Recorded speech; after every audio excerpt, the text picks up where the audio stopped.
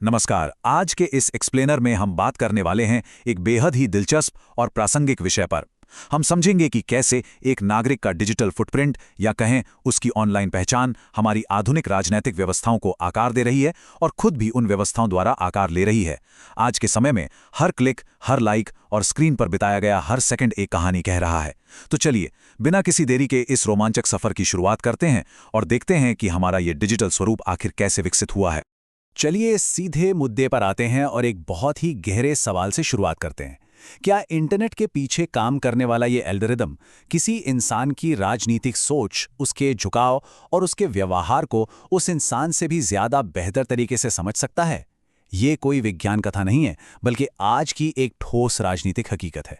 इस पूरे विश्लेषण के दौरान इस सवाल को अपने दिमाग में जरूर रखिएगा, क्योंकि जैसे जैसे हम डेटा और राजनीति के इस जाल को सुलझाएंगे, तस्वीर और भी साफ होती जाएगी।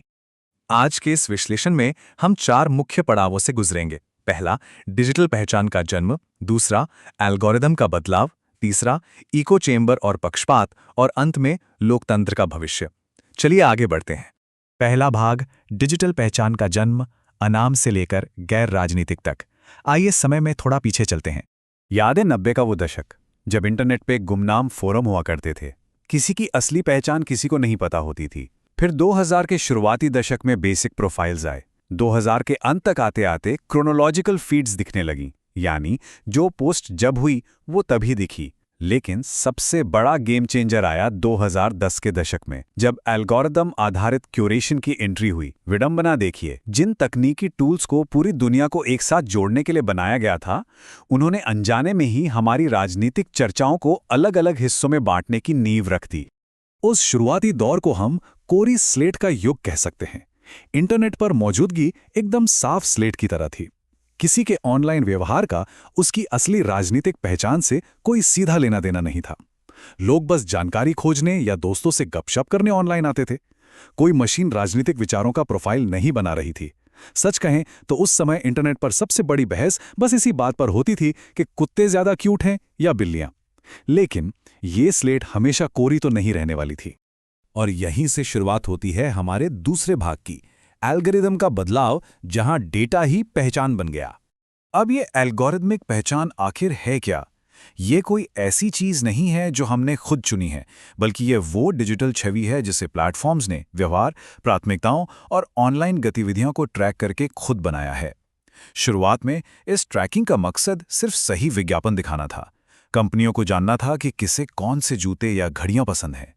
लेकिन बहुत जल्द ये सीधा साधा मार्केटिंग टूल अनजाने में ही एक बेहद शक्तिशाली राजनीतिक टारगेटिंग हथियार में बदल गया। हमारा हर ऑनलाइन कदम एक राजनीतिक पहचान करने लगा। जरा इस सफर को समझिए। इंटरनेट पर एक सामान्य सा क्लिक होता है और सिस्टम सबसे पहले उसे ट्रैक करता है। फिर वो देखता है कि उस खास लेख या वीडियो पर कितना समय बिताया गया। इस ड्वेल टाइम के आधार पर सिस्टम भविष्य की वैचारिक प्राथमिकताओं का सटीक अनुमान लगाता है और अंत में बिल्कुल उसी विचार से मेल खाता हुआ नया क्यूरेटेड कंटेंट स्क्रीन पर परोस दिया जाता है। बस डेटा का एक छोटा सा टुकड़ा और बहुत ही व्यवस्थित तरीके से एक संपूर्ण राजनीतिक प्रोफाइल तैयार। यहां से एक बहुत ही सीधा सा गणितीय समीकरण सामने आता है। जो एल्गोरिदम ध्यान खींचने या कहें एंगेजमेंट को अधिकतम करने के लिए सेट किए गए थे, उन्होंने स्वाभाविक रूप से राजनीतिक ध्रुवीकरण को बढ़ा दिया। इंसानी फितरत ही ऐसी है कि चरम विचारों या भावनात्मक कंटेंट पर प्रतिक्रिया ज्यादा आती है। एल्गोरिदम को सिर्फ अटेंशन चाहिए था और इसी चक्कर में उसने अनजाने में ही चरमपंथी विचारों को मेनस्ट्रीम में ला दिया। अब आते हैं तीसरे भाग पर, इको चेंबर और पक्षपात। एक ऐसा फीडबैक लूप जो कभी नहीं रुकता। इको चेंबर ये एक ऐसी बंद डिजिटल दुनिया की तरह है जहां हर दीवार से टकराकर सिर्फ एक ही तरह की आवाज वापस आती है। जब लगातार वही जानकारी परोसी जाती रहे जो पहले से मौजूद राजनीतिक विश्वासों से मेल खाती है, तो लगने लगता है कि पूरी दुनिया बिल्कुल ऐसे ही सोचती है। यह पूरा तंत्र नागरिकों को सूचनाओं के अलग अलग द्वीपों में कैद कर देता है, जहां कोई भी विरोधी विचार कभी पहुंच ही नहीं पाता। डेटा देखने पर स्थिति एकदम साफ हो जाती है। इंटरनेट पर दिखाई देने वाली जानकारियों का एक बहुत बड़ा हिस्सा वो है जो एल्गोरिथम द्वारा सुझाया गया है, जबकि अपनी पसंद से चुना गया हिस्सा बहुत ही छोटा है। इसका सीधा सा मतलब ये है कि आज इंटरनेट पर राजनीतिक अनुभव का एक बड़ा हिस्सा मशीनें तय कर रही हैं, स्वतंत्र इच्छा नहीं। और यहाँ ये स्पष्ट कर देना बहुत ज़रूरी है कि ये असर किसी एक विशेष विचारधारा तक सीमित नहीं है। चाहे वामपंथी डिजिटल इकोसिस्टम की बात करें या दक्षिणपंथी इकोसिस्टम की, एल्गोरिथम का गणित दोनों ही तरफ बिल्कुल एक समान काम करता है। फीडबैक लूप और अलगाव का जो अनुभव है वो दोनों ही पक्षों के लिए एकदम बराबर है। ये किसी राजनैतिक दल की बात नहीं है, बल्कि उस तकनीकी ढांचे की बात है जो हर विचारधारा को उसी के बुलबुले में सुरक्षित और अलग-थलग कर देता है। सबसे अहम बात तो ये है कि जानकारी जितनी ज्यादा पक्षपाती होगी, एल्गोरिथम उसे उतनी ही ज्यादा हवा देगा।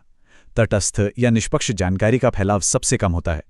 मध्यम पक्षपाती जानकारी को थोड़ा ज्यादा दिखाया जाता है, लेकिन जो अत्यधिक पक्षपाती जानकारी होती है वो सबसे ज्यादा एंगेजमेंट लाती है, सबसे ज्यादा क्लिक्स बटोरती है, और इसी वजह से मशीनें इसे सबसे ज्यादा फैलाती हैं, जिससे मतदाता अपने अपने इको चैम्बर में और भी गहराई तक धकेल दिए जाते हैं।